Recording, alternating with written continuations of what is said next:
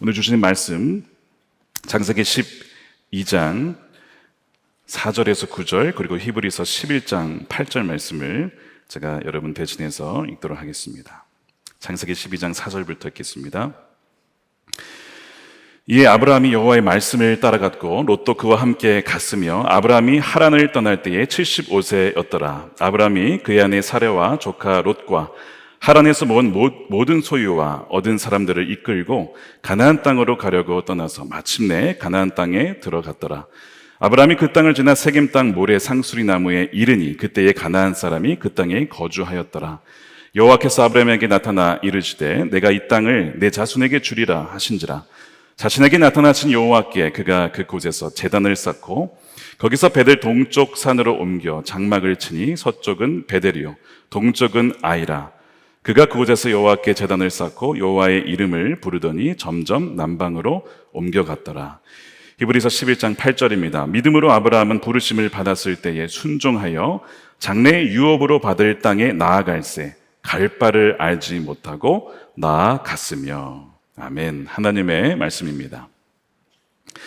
아브라함 신실하신 하나님과의 동행 시리즈의 이제 세 번째 시간이 되겠습니다. 갈 바를 알지 못하고 나아가는 믿음이 오늘 제목이 되겠습니다.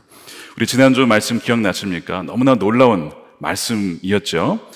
너는 복의 근원이 될지라, 너는 복이 될지라. 정말 믿겨지지 아니하는 말씀을 우리에게 주셨습니다. 하나님께서 우리와 함께 하시고 그래서 또 우리가 복이 되고 우리로 말미암아 우리의 주위에 있는 이들이 또한 복을 누리고 또한 그들이 하나님께 영광을 올려드리는 이 놀라운 이 복의 순환이 시작된다는 것입니다. 이제는 나로 시작해서 나로 끝나는 그런 복이 아니라 바로 하나님께서 시작하셔서 우리를 통해서 또한 흘러가게 하시는 그 복을 시작하셨다는 것입니다. 아브라함이 이제 그 약속의 말씀을 믿고 그의 나이 75세에 하란에서 떠나서 약속의 땅으로 나아갑니다. 제가 질문을 한번 드리겠습니다. 창세기 말씀에 하나님께서 아브라함에게 어디로 가라고 하셨습니까? 가나안 땅이라고 대답하고 싶지만 답이 아닙니다. 1절을 다시 읽어보시면 이렇게 되어 있습니다. 여호와께서 아브라함에게 이르시되 너는 너의 고향과 친척과 아버지의 집을 떠나 내가 내게 보여줄 땅으로 가라. 이렇게 얘기를 하셨어요. 구체적이지를 않습니다. 내가 너에게 보여줄 땅으로 가라. 땅은 땅인데 어디를 말씀하시는 건지는 모르겠어요. 아주 모호한 말씀을 사실 하신 겁니다. 그러니까 우리 같으면 뭐 경기도입니까? 아니면 충청도입니까? 이 정도라도 얘기를 해주면 좋겠는데 그것도 아니고 구체적인 말씀을 안 하신 거예요. 지금 같은 경우에 우리가 스마트폰이 있으니까 지도 앱을 꺼내서 어디를 딱 찍어주시면 그냥 정확하게 딱 갈 수 있잖아요. 하나님이 스마트폰보다 분명히 더 뛰어나신 분이신데 어쩜 이렇게 모호하게 말씀을 하셨는지 사실 잘 이해가 되지 않는 말씀 중에 하나입니다. 이런 거죠. 아브라함아 떠나가라. 네, 어디로 갈 거요? 그건 내가 나중에 알려줄게. 이거예요. 지금 이 상황에서 지금 아브라함이 떠나가게 되는 것입니다. 어디로 갈지는 너가 믿음으로 순종해서 발걸음을 내디디면 그 다음에 내가 알려줄게. 그리고 가잖아요. 그 다음에 내가 또 알려줄게. 이거를 지금 말씀을 하시는 겁니다. 여러분 거기에 여러분의 인생을 거시겠습니까? 그래서 이 히브리서 11장 8절 말씀을 보면 이렇게 이 상황을 이렇게 묘사를 한 거예요. 우리가 읽었지만 믿음으로 아브라함은 부르심을 받았을 때 순종해서 장래 유업으로 받을 땅에 나아갈 때 갈 바를 알지 못하고 나아갔다. 갈 바를 알고 간 것이 아니고 알지 못했는데 나갔다는 거예요.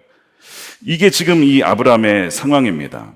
여기서 분명히 우리가 짚고 넘어가야 될 부분이 있는데 뭐냐면 갈 바를 알아서 가는 것이 아니라 갈 바를 알지 못하기 때문에 하나님과 동행하는 것입니다. 우리가 갈 바를 알게 될 것이다 하나님과 동행하면 이렇게 생각을 하지만 하나님과 동행을 해도요 우리가 갈 바를 알게 되는 건 아닙니다.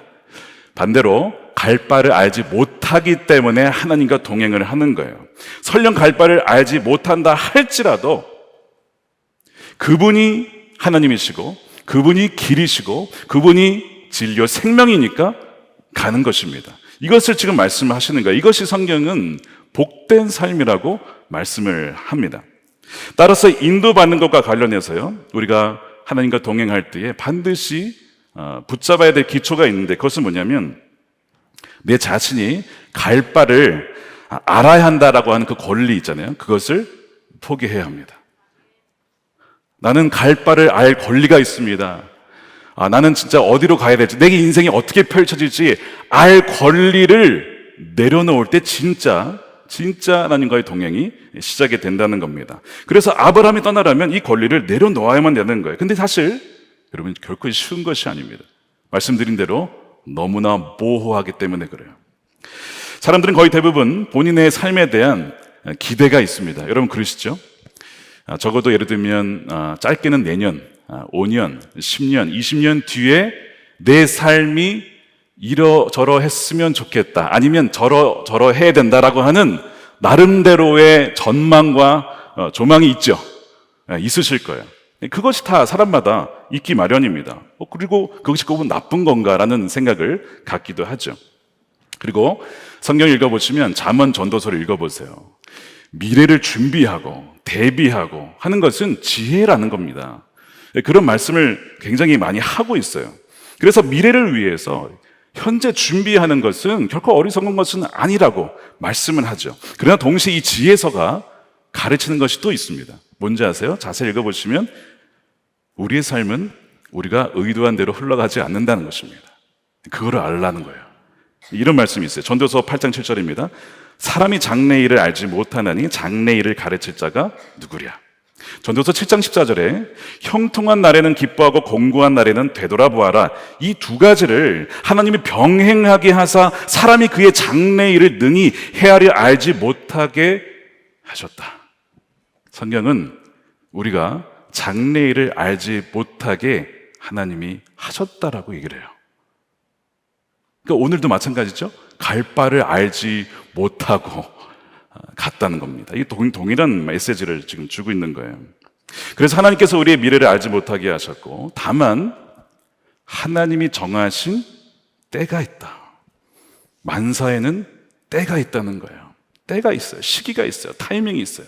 하나님이 정하신 시기가 있다는 것을 말씀합니다. 우리가 절대 그것은 통제할 수 없는 것들이죠.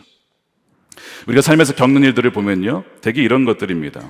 말씀드린 대로 우리의 상황은 우리가 뜻한 바대로 다 흘러가지 않는다는 것이죠. 모든 것이 내가 바라는 대로, 예측한 대로 흘러가지 않는다는 참 불편한 사실입니다. 그래서 창세기 11장에 나왔던 사람들 했던 게 뭐예요? 바벨탑을 쌓은 것은 바로 그겁니다. 불확실한 미래를 대비하고자 한 일이 바벨탑을 쌓은 거예요. 자, 우리가 흩어지지 말자, 우리가 모으자, 우리 힘을 모아서 우리가 다가올 어떤 불확실한 미래를 대비해보자. 뭐요? 하나님 없이. 이것이 바벨탑의 시도였거든요. 그러나 그 결과는 정반대가 되고 말았습니다. 탑은 무너졌고 그들은 흩어졌고 그들의 언어는 갈라졌다는 것입니다. 그들의 계획과 의도와는 전혀 반대 방향으로 흘러갔어요. 역사도 보면 경제 위기가 전혀 생각하지 못했던 위기를 통해서 모아놨던 것들이 사라지게 되어지고 그런 일들을 보고 있지는 않습니까? 내가 이렇게 열심히 일했으니까 아마 이 정도는 모일 거야. 실제로 그럴 수도 있습니다. 저축을 하다 보면 모이기도 하죠. 그러나 한편으로는 언제 사라졌는지도 모를 정도로 모든 대로 사라지는 그런 일들도 있습니다. 경력을 쌓았습니다. 그러면 당연히 이 경력에 합당한 직장에 가는 게 맞지 않나라고 예상을 하지만 오히려 가지 못하게 되어지고 내가 예상했던 것과는 정반대의 길로 또한 가게 되어지는, 아니면 아예 직장을 얻지 못하게 되어지는 그런 일들도 벌어지죠.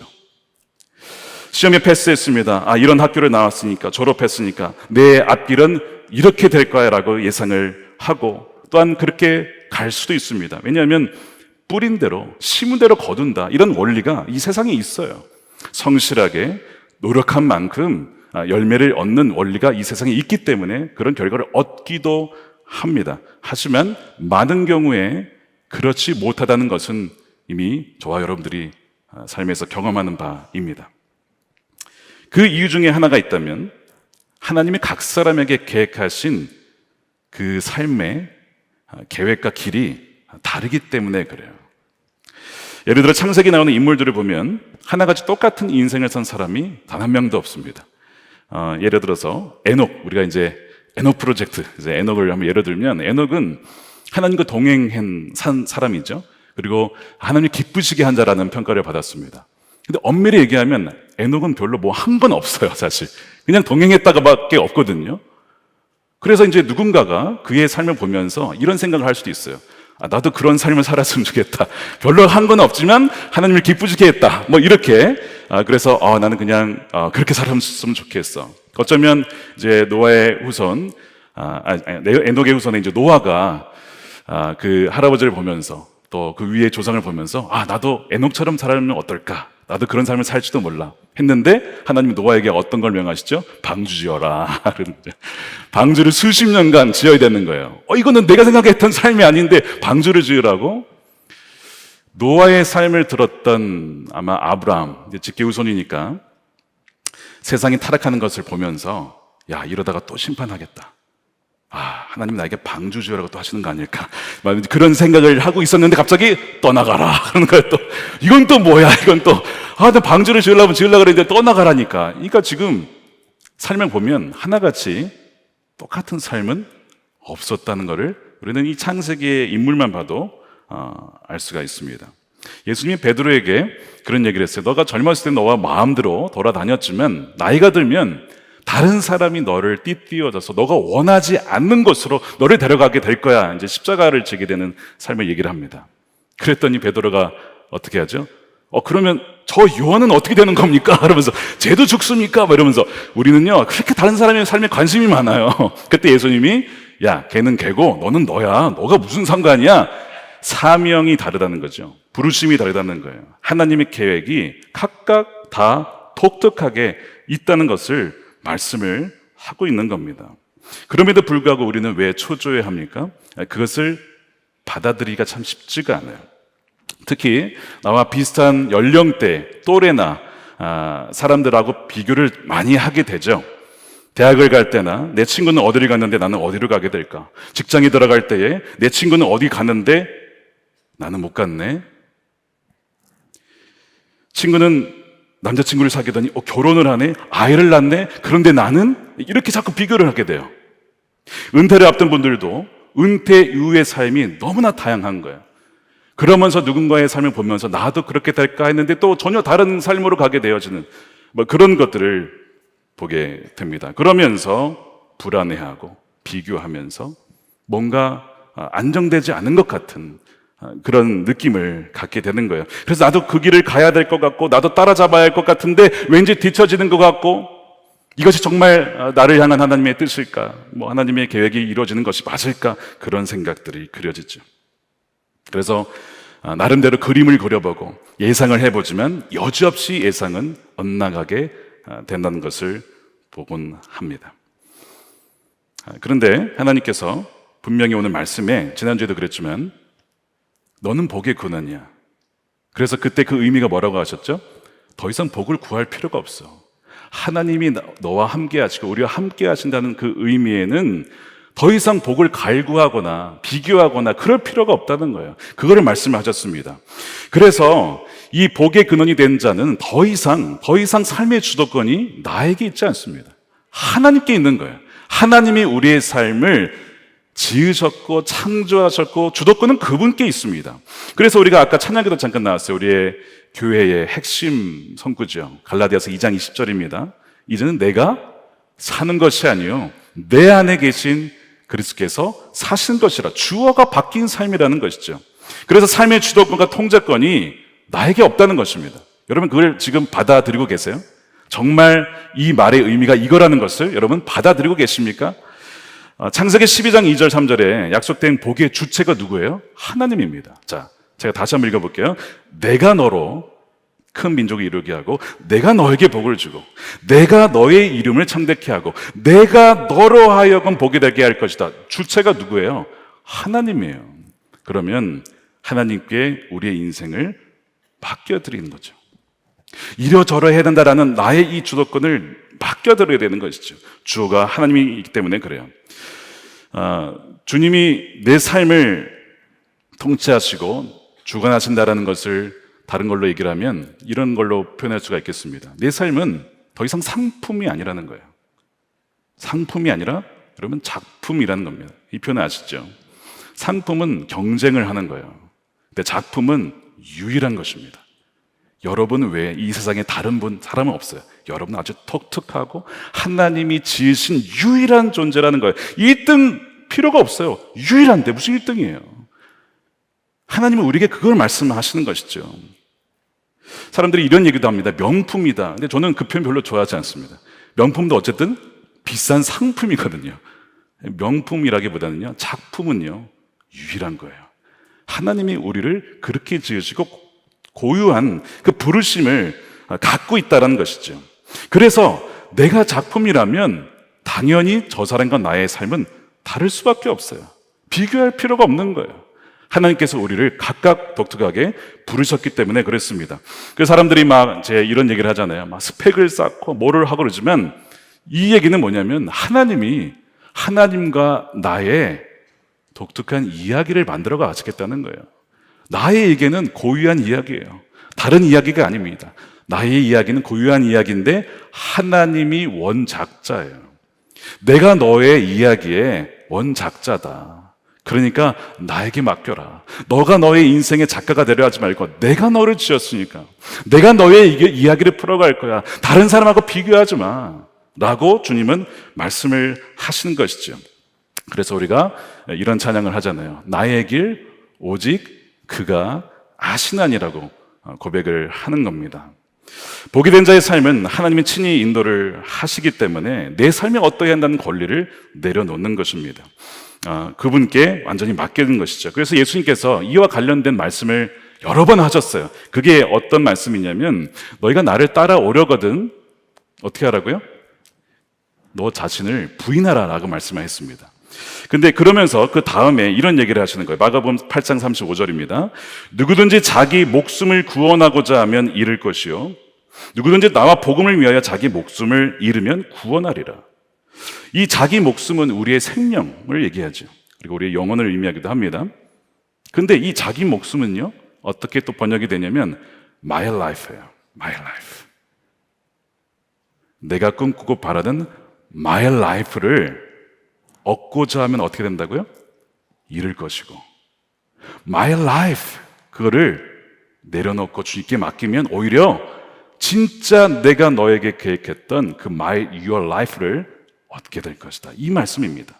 그래서 내 인생은 이러이러해야 돼, 내 삶이 이렇게 흘러가야 돼라고 하는 자신이 구상한 삶을 내려놓을 때에 비로소 진정 하나님이 나에게 디자인하신 그 삶을 살아가게 된다는 그 의미가 바로 이 말씀입니다. 근데 어떻게 이것이 가능한가? 어떻게 이런 일이 가능할 수 있을까? 우리 스스로는 절대 여러분 포기할 수 없습니다. 우리 스스로는 불가능해요. 우리의 자아가 얼마나 강한지 몰라요.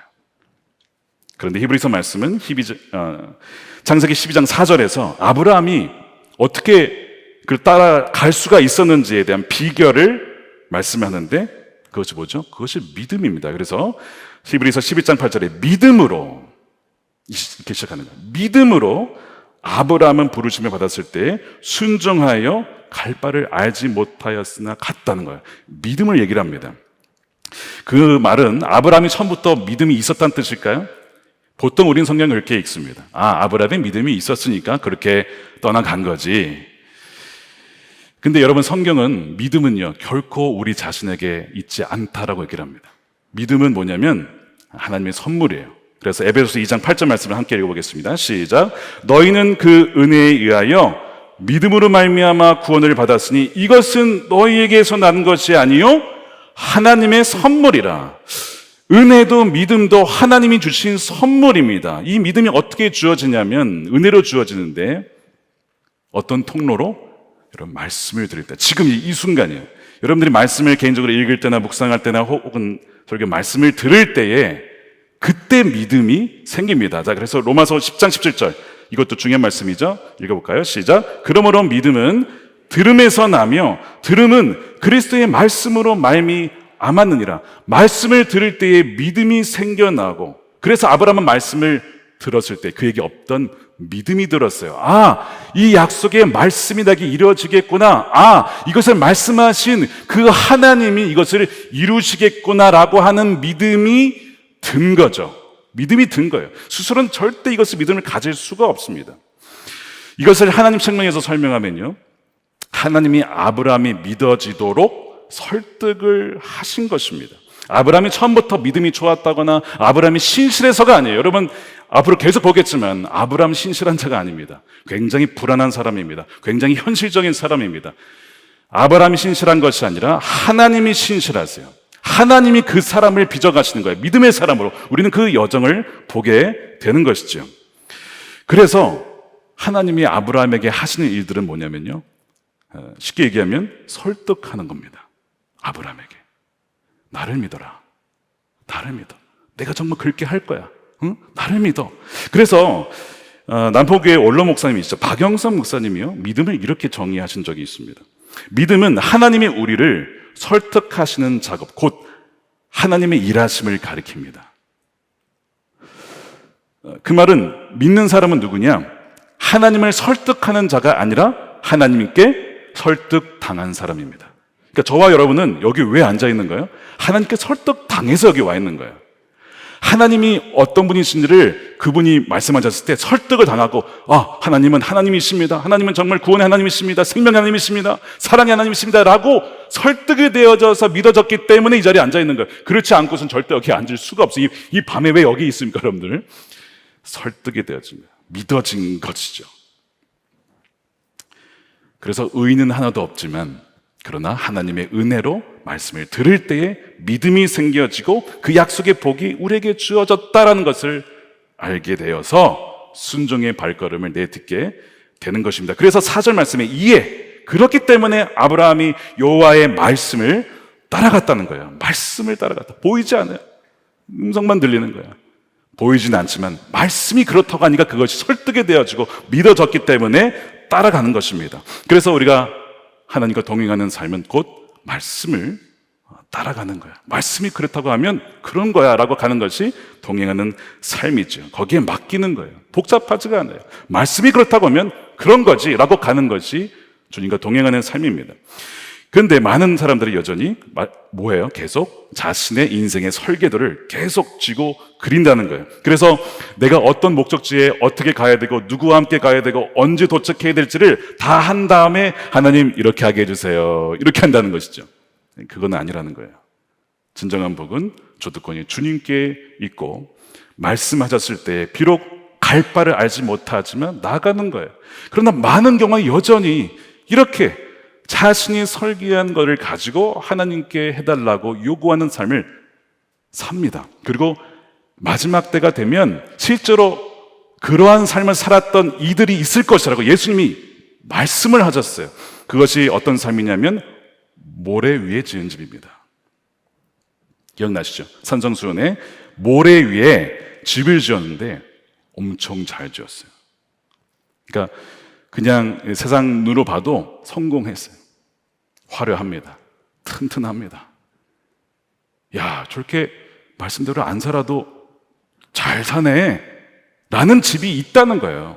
그런데 마지막 날에 비가 들이닥치고 장수가 나고 다 무너지더라는 것이죠. 예수님 그 얘기를 하셨어요. 그러나 무너지지 아니하는 삶은 뭐예요? 예수 그리스도라는 반석의 그 말씀 위에 지은 삶이에요. 보기에는 좀 허술해 보일 수도 있어요. 보기에는 좀 허술해 보일 수도 있어요. 그리고 뭐 말씀대로 사는 삶이 뭐 그렇게 막 이렇게 곽강을 받거나 이러지는 않잖아요. 사실 우리가 세상이 보기 좀 이상해 보일 수도 있고 그렇게 보이는데 오히려 그 삶은 남더라는 거예요. 흔들리지 않고 영원히 남더라는 것이죠. 그것이 주님과 동행하는 삶, 말씀을 따라가는 삶의 결론이라고 주님은 말씀하십니다. 그래서 우리는요, 우리의 계획을 빨리 포기하면 포기할수록 하나님께서 우리를 위해 디자인하신 그 삶을 누리게 되는 것을 보게 된다는 것입니다. 하나님께서 여호수아를 부르셨어요. 내년에 여호수아 전반부를 좀 말씀을 주일날 다루려고 하는데 너무 공감이 돼서 그래요. 제가 여호수아 말씀을 읽으면 너무 제 그 상황과 여러 가지 교회 상황이 공감이 돼서 여호수아 말씀을 자꾸 보게 되는데, 가나안 땅 정복이라는 어마어마한 과업이 놓여져 있어요. 모세는 하나님이 데려가셨어요. 그리고 수많은 백성들이 남겨져 있어요. 자, 그러면은 여러분 어떻게 하시겠어요? 자, 그러면 가나안 땅 분석 좀 해볼까? 백성들은 얼마나 강한지, 군사 훈련 어느 정도 됐는지 한번 알아보고, 우리도 한번 우리의 전력을 한번 알아보자. 그래서 뭐 보급은 얼마나 됐는지, 우리 식량은 얼마나 됐는지, 훈련은 얼마나 됐는지, 이런 식으로 해야 될 것 같잖아요.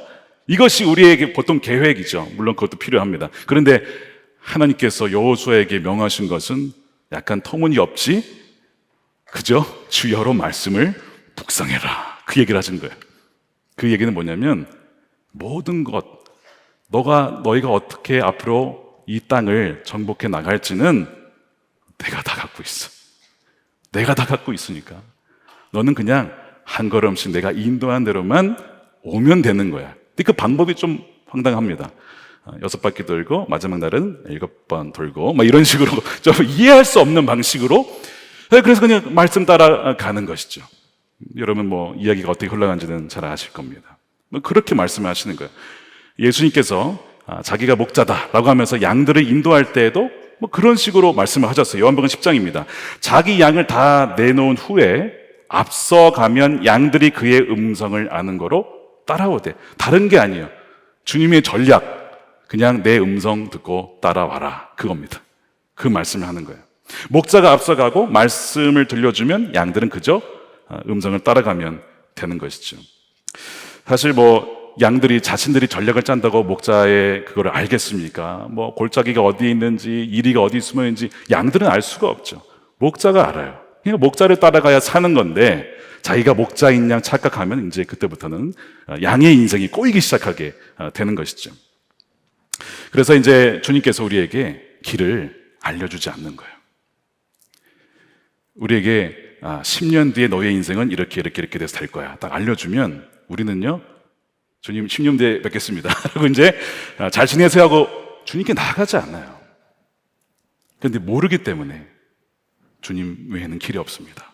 주님께 나아가서 기도하고 의지하고 매달리고, 이것이 복된 삶이라고 오늘 말씀을 증거하고 있는 것입니다.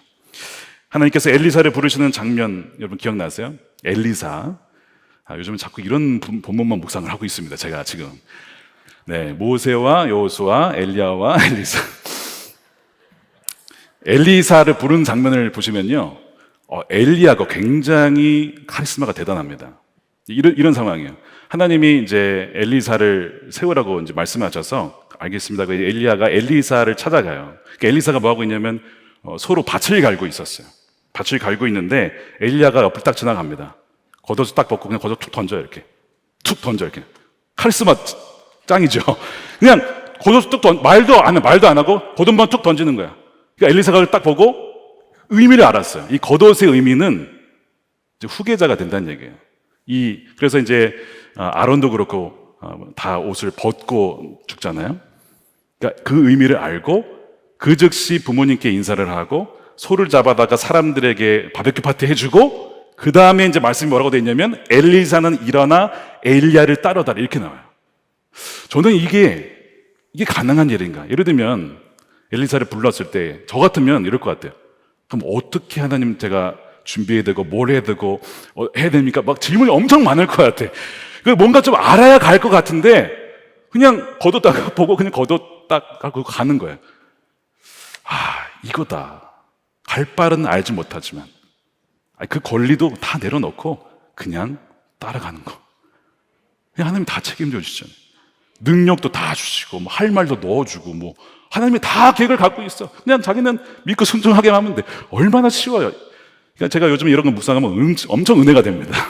주님 아시죠? 이렇게 되는 겁니다. 그래서 묵상을 하고 있어요.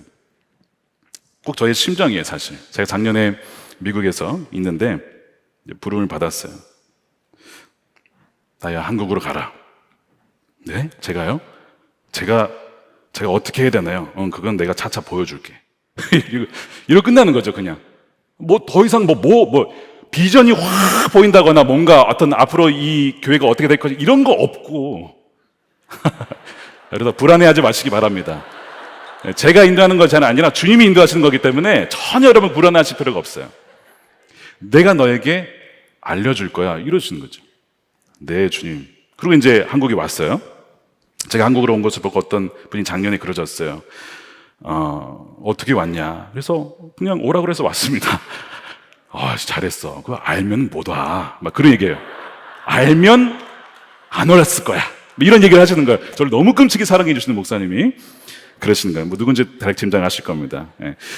누가 이 짐을 알면 오겠냐 이거죠. 뭐 그런 얘기부터 해주셨는데 정말 그래요. 하나님이 그래서 안 알려주시고 오라. 그만 말씀을 하신 거예요. 저는 갈 바를 알지 못하고 와 있는 겁니다, 지금. 뭔가 대단한 것이 있을 줄 알고 계시겠지만 저는 그냥 주님만 믿고 오는 겁니다. 모르니까 온 것이고요. 모르니까 주님을 붙잡게 되는 거예요. 모르니까요. 모르니까 제가 새벽에 나오는 겁니다. 뭐 최근에 아파서 몇 번 못 나오긴 했지만 새벽에 나와야 그때 주님이 뭘 할지를 알려주세요. 그때 주님이 야 이번 금성인 뭘 말씀을 하고 이번 주일은 뭘 말씀을 해라는 것을 딱 그 이틀 한 2, 3일 전에 알려주세요. 미리도 안 알려주셔요. 교만해질까 봐, 방심할까 봐, 게을러질까 봐. 딱 그 주간의 말씀을 주시니까 새벽에 안 갈 수가 없어요. 주님께 나아가서 기도하는 것이죠. 주님 알려주십시오. 무엇을 해야 됩니까? 무슨 말씀을 전해야 됩니까? 그러면 주중에 묵상했던 것들, 읽었던 것들, 만났던 사람들 모든 것들을 쫙 해서 정리를 해주시는 거예요. 그리고 꿈에서도 그걸 보여줄 때가 있어요. 저는 놀란 게 얼마 전에 유기성 목사님 일기에 꿈에서 설교의 내용을 이렇게 하셨다고 저도 그것을 경험하거든요. 그렇게 보여주시는 것들. 근데 좀 굉장히 스릴이 있습니다. 이걸 좀 미리 알려주시면 좋은데 꼭 그 주간에만 하니까 굉장히 긴장이 되고 한편으로 굉장히 모험으로 사는 인생 이런 느낌이 들어요. 근데 여러분 저만 그런 것이 아닙니다. 우리의 삶이 그래요. 우리의 그리스도인 삶이라는 것이 갈 바를 알지 못하지만 확실한 것이 뭐냐면 하나님이 함께 하신다는 거죠.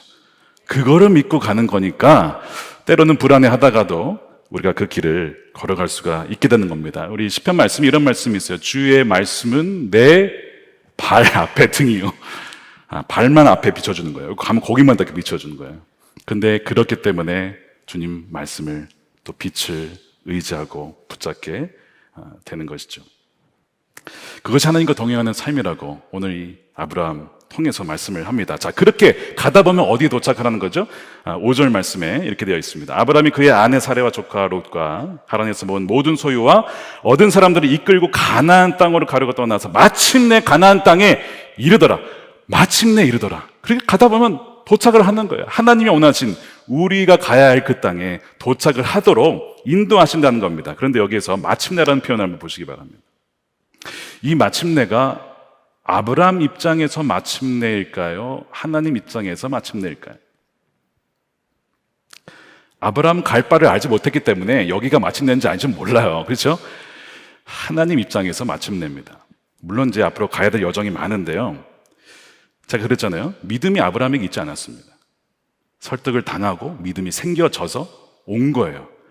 그러니까 하나님 입장에서는 정말 우르에서 끌어나오기까지 나왔는데 하란에서 한참 또 머물렀어요. 다시 하란에서 내려오기까지 하나님이 엄청 기다리셨어요. 인내하셨어요. 품으셨어요. 포기하지 않으셨어요.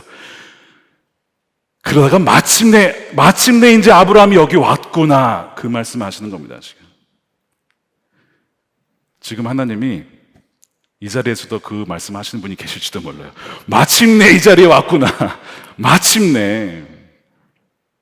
예전에 교회에서 한 남자 성도님을 위해서 기도한 적이 있어요. 신앙을 위해서, 믿음을 위해서.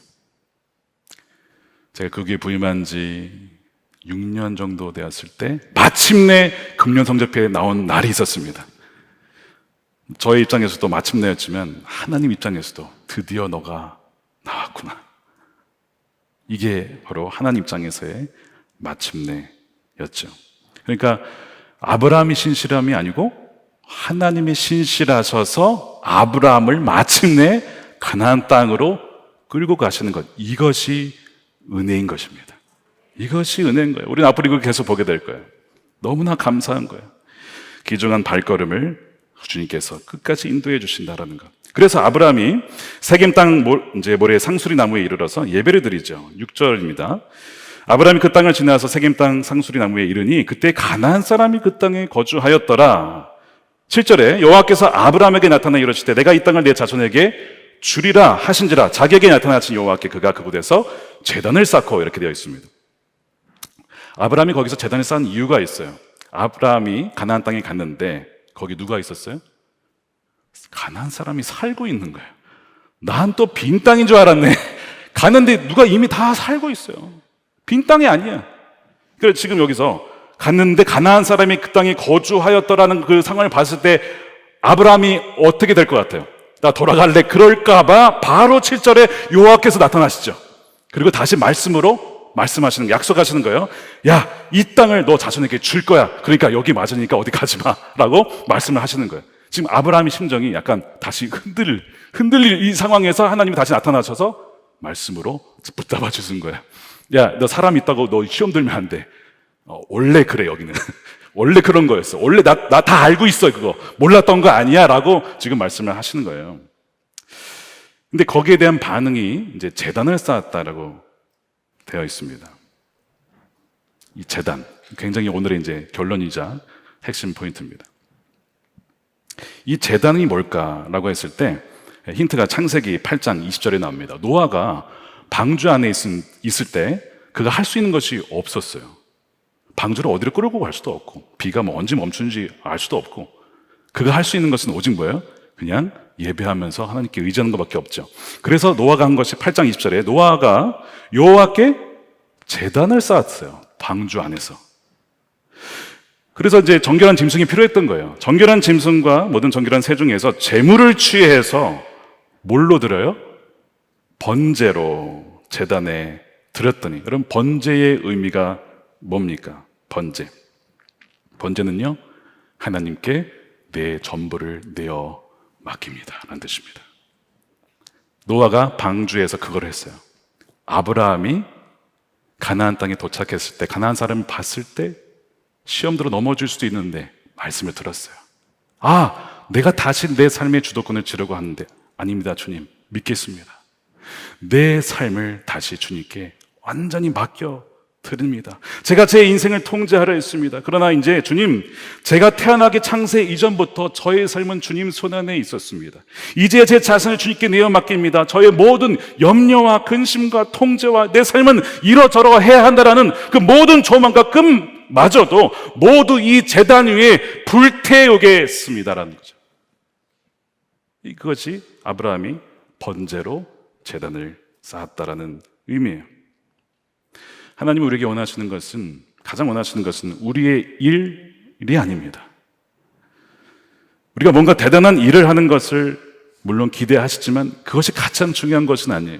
가장 중요한 것은 우리 자신을 드리는 것입니다.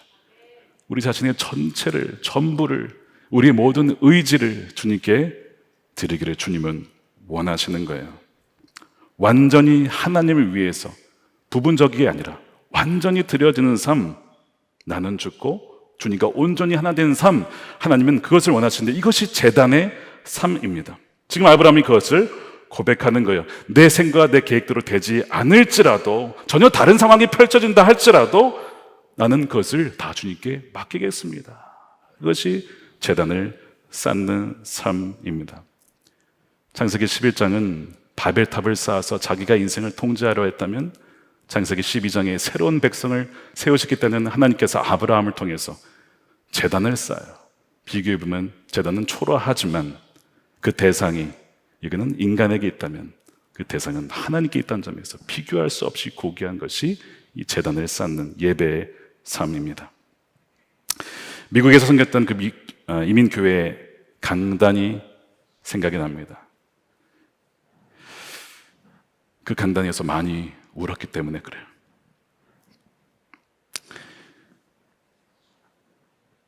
이민자의 삶이 참 쉽지가 않습니다. 우리 한국도 마찬가지죠. 그런데 이민자들이 참 외롭고 고독하고 버림받은 것 같고 그렇게 느끼는 분들이 참 많아요. 그러니까 이 아브라함이나 뭐 이삭, 야곱 다 이 나그네의 삶이잖아요. 그러니까 읽을 때 굉장히 공감이 많이 돼요. 이게 방황하는 어떤 거주하지 못하는 어떤 이런 느낌을 받게 되거든요.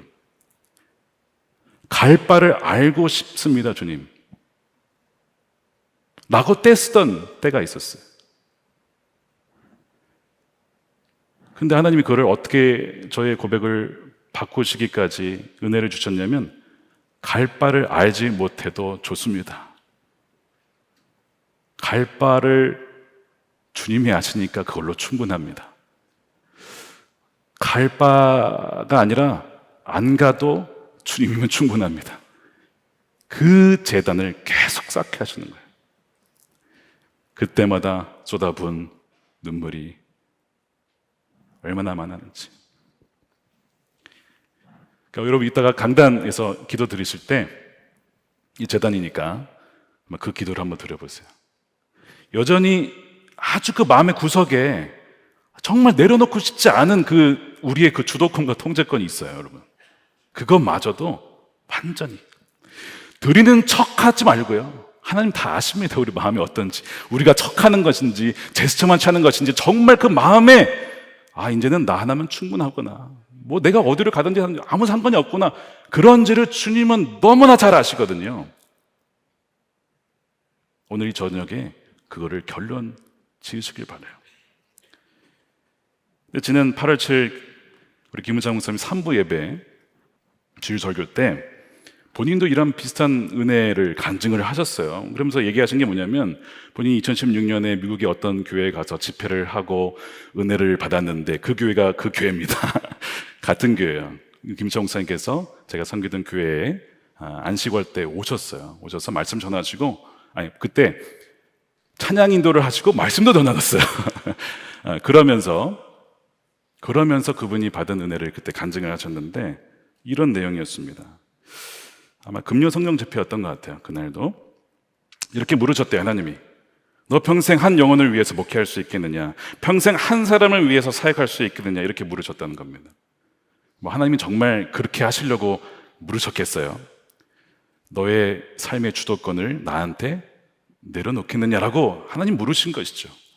근데 그때 목사님이 이렇게 고백을 하셨습니다. 그 질문에 선뜻 대답하지 못하고, 정말 그렇게 될까봐 대답하지 못하고 씨름하다가 주님 말씀대로 하겠습니다라고 했는데 할 수 없는 눈물이 나왔다고 그렇게 얘기를 하셨어요.